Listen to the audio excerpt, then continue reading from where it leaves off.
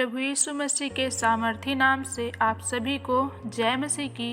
प्रियो, मैं आज आपके लिए आदम और हवा की कहानी लेकर आई हूँ, जिसे आप उत्पत्ति के पुस्तक 1 से 3 अध्याय तक पढ़ सकते हैं। तो प्रियो, आइए हम देखते हैं। तो परमेश्वर ने 5 दिनों में हर एक कार्य को पूरा कर लिया था, जिसमें परमेश्वर ने आकाश और पृथ्वी को बनाया, अंधियारे और उजाले को बनाया, हर एक प्रकार के जीव जंतुओं को, पशु पक्षियों को, जमीन में रेंगने वाले जंतुओं और आकाश में उड़ने वाले पक्षियों और जल में रहने वाले जीव जंतुओं को भी बनाया। इस प्रकार से परमेश्वर ने 5 दिनों में हर एक कार्य को पूरा कर लिया और 6वें दिन में परमेश्वर ने एक मनुष्य को बनाया, जिसका नाम आदम रखा। और परमेश्वर ने देखा कि आदम का अकेला रहना अच्छा नहीं है, इसलिए परमेश्वर ने जितने भी जीव जंतु बनाए थे उन सबों को आदम के पास ले आया, ताकि देखे कि कोई जीव जंतु आदम से मेल खा रहा है कि नहीं। लेकिन परमेश्वर ने देखा कि हर एक जीव जंतु मनुष्य से अलग था, इसलिए परमेश्वर ने आदम को गहरे नींद में डाल दिया और उससे एक पसली को निकाल के उसे स्त्री बना दिया और उसने उनका नाम हवा रखा। इस प्रकार से 6वें दिन परमेश्वर ने आदम और हवा को बनाया और उन्हें एक वाटिका में रख दिया और उस वाटिका का पूरा देखभाल करना उन आदम और हवा के हाथ में सौंप दिया। परमेश्वर ने बहुत ही सुंदर वाटिका को बनाया, जिसमें विभिन्न प्रकार के पेड़ पौधे लगाए, अच्छा दिखने वाले फूल लगाए और स्वादिष्ट फल से भी भर दिया, जिसे खाकर आदम और हवा जीवित रहे। इस प्रकार से परमेश्वर ने एक सुंदर वाटिका की रचना की, जिसमें आदम और हवा को रखा गया और उस वाटिका के बीच में भले और बुरे ज्ञान के वृक्ष को भी लगाया। और परमेश्वर ने आदम और हवा को यह आज्ञा दिया कि तू इस वाटिका के हर एक वृक्ष का फल खा सकता है, लेकिन जो इस वाटिका के बीच में वृक्ष लगा है उसके फलों को तू ना तोड़ना और ना ही खाना, क्योंकि जिस दिन तू उसका फल खाएगा उस दिन निश्चय ही मर जाएगा। इस प्रकार से आदम और हवा हर एक पेड़ का फल तो खा सकता था, लेकिन उस भले और बुरे वृक्ष के फल को नहीं खाते थे। प्रियों, यहोवा परमेश्वर ने जितने बेनैले पशु बनाए थे उन सब में सांप धूर्त था। उसने स्त्री से कहा, क्या सच है कि परमेश्वर ने कहा है तुम इस वाटिका के वृक्ष को और उसके फल को नहीं खा सकते?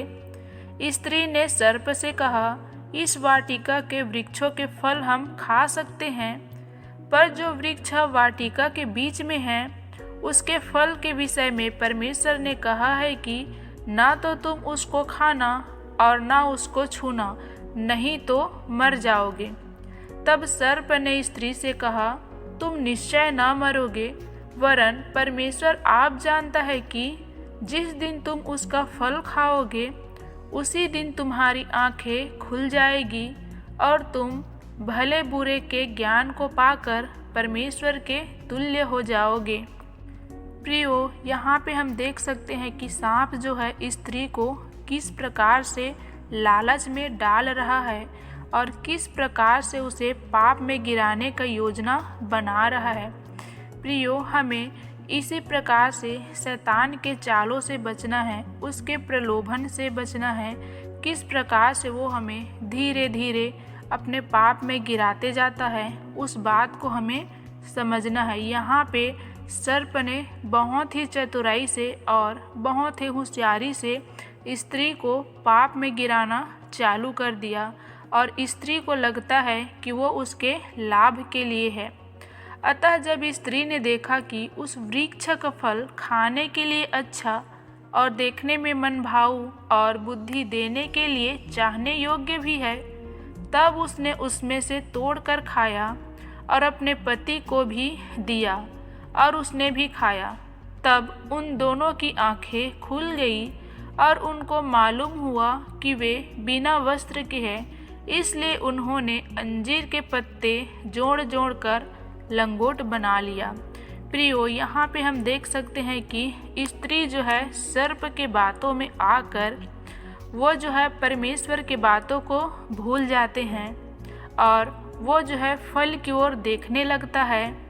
और जब वो फल की ओर देखता है तो उसे लगता है कि वो फल जो है दिखने में मनभाऊ है, खाने में स्वादिष्ट है और बुद्धि के लिए अच्छा भी है। वो जो है अपने आप में उस लालच में पड़ते जाता है और उस लालच से अपने आप को बचा नहीं पाती है और वो उस फल के वृक्ष को तोड़ के खाती है और वो जो है अपने पति के लिए भी उस फल को तोड़ती है और अपने पति को भी खिलाती है।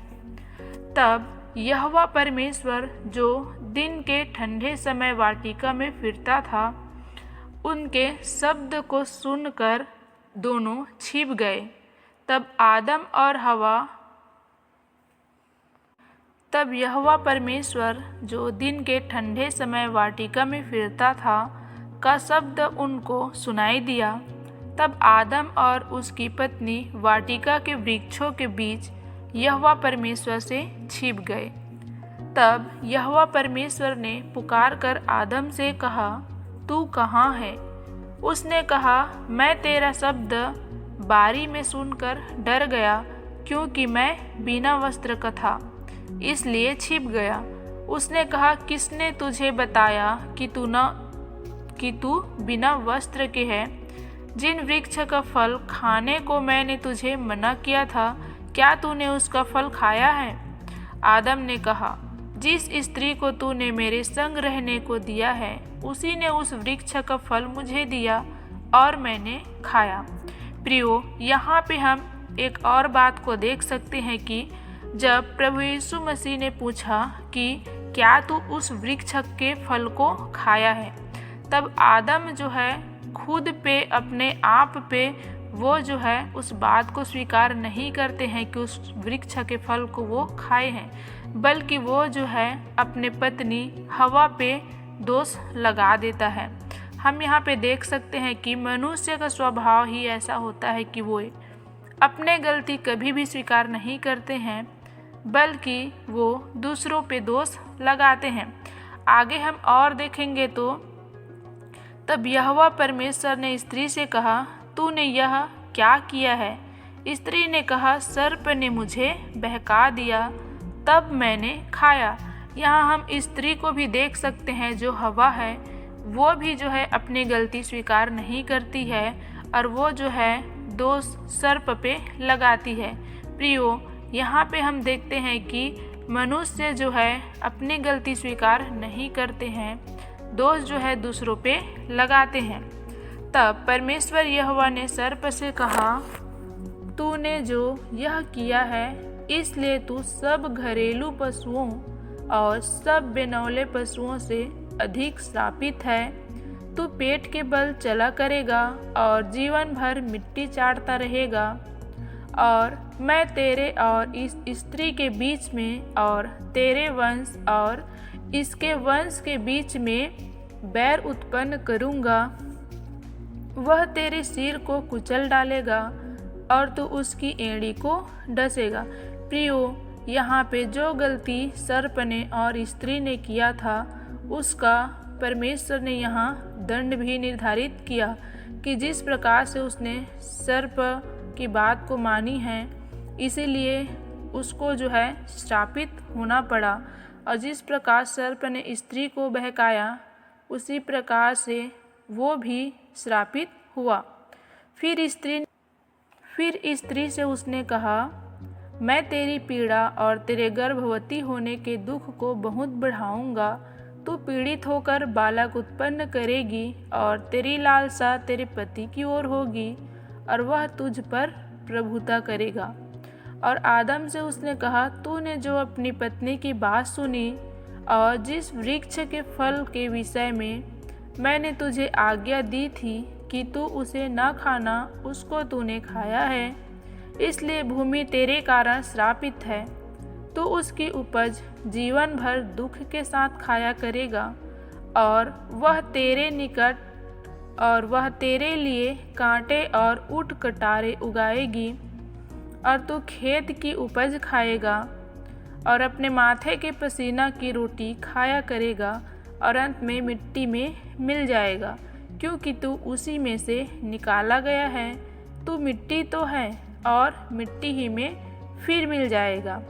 आदम ने अपनी पत्नी का नाम हवा रखा, क्योंकि जितने मनुष्य जीवित हैं उन सब की आदि माता वही हुई।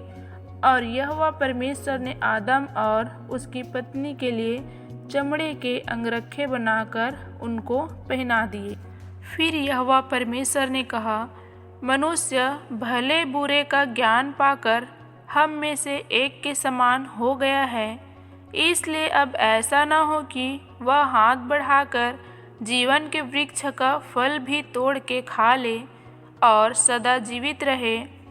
इसलिए यहोवा परमेश्वर ने उसको अदन की वाटिका में से निकाल दिया कि वह उस भूमि पर खेती करे जिसमें से वह बनाया गया था। इसलिए आदम को उसने निकाल दिया और जीवन के वृक्ष के मार्ग का पहरा देने के लिए अदन की वाटिका के पूर्व की ओर करूबों को और चारों ओर घूमने वाली ज्वाला में तलवार को भी नियुक्त कर दिया। प्रियो, इस प्रकार से हम देख सकते हैं कि आदम और हवा को वाटिका में रहने का, हर एक प्रकार के फल खाने का और स्वतंत्र रूप से जीवन यापन करने का स्वतंत्रता था, लेकिन उन्हें जो आज्ञा मिला था उसका उन लोगों ने उल्लंघन